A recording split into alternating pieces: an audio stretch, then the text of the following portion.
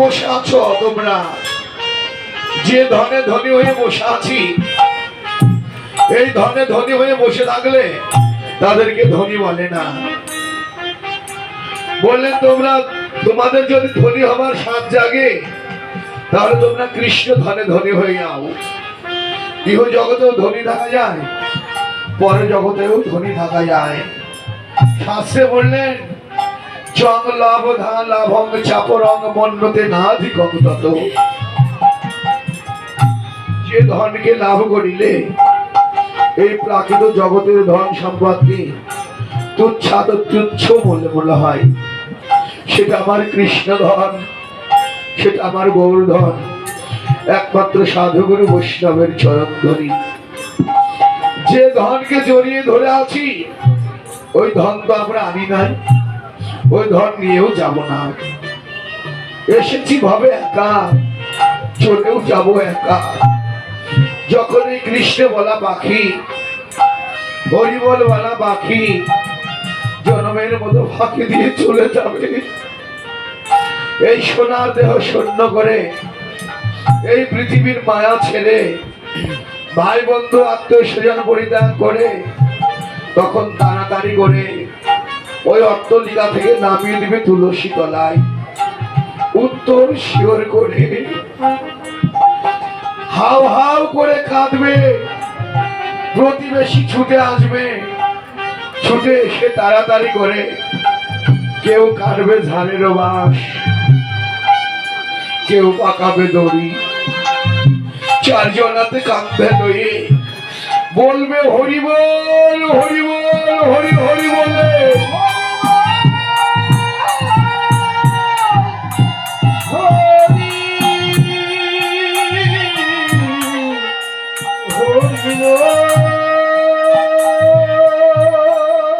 জনমের মতো বিদায় করে দিচ্ছে।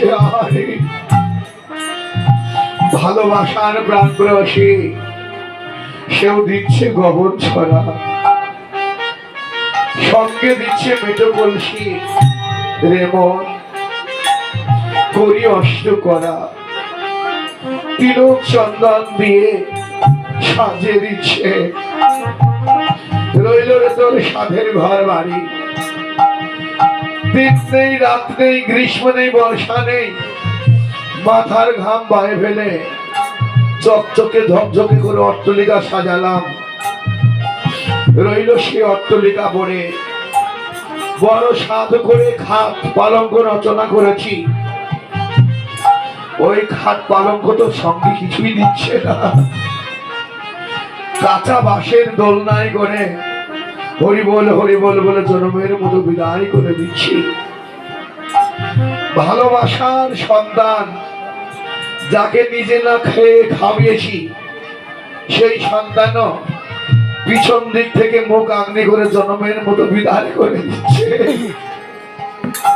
পিছন দিক থেকে তাকিয়ে আর দেখবে না এই বদন, অপবিত্র দেহ, এই যে আর ভালোবাসা নেই, সব ভালোবাসা চলে গেল।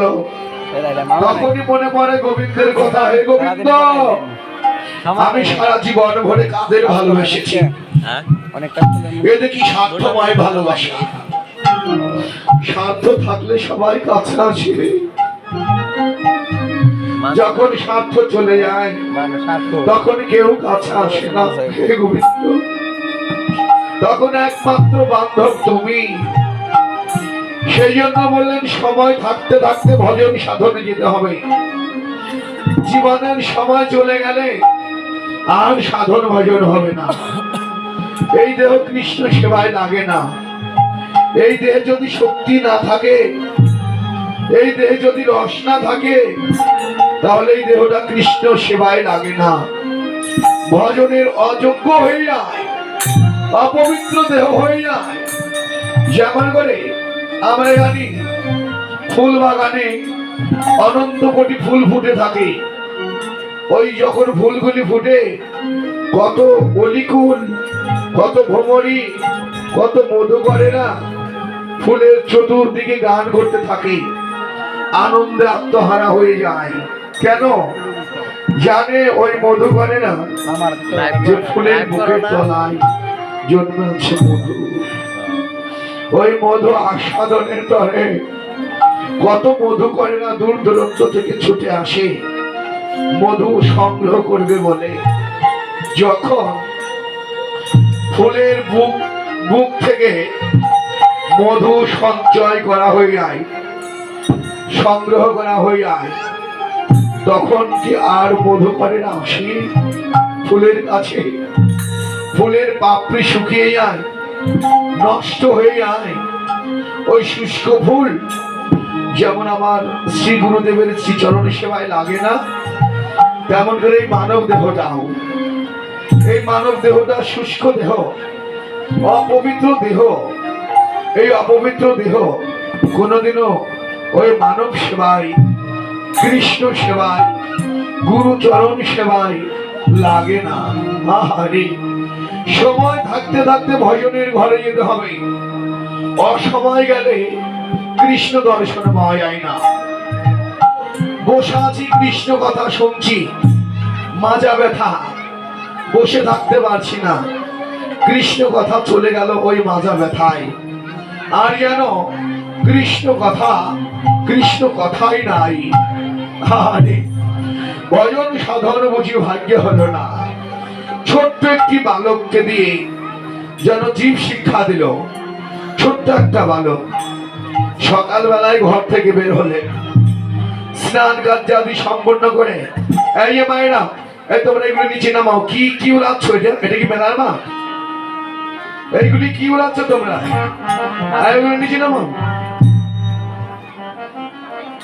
কি সম্পদ কিনে এনেছো যে মানুষকে দেখাচ্ছে? নামিয়ে ফেলাও, নামিয়ে ফেলাও।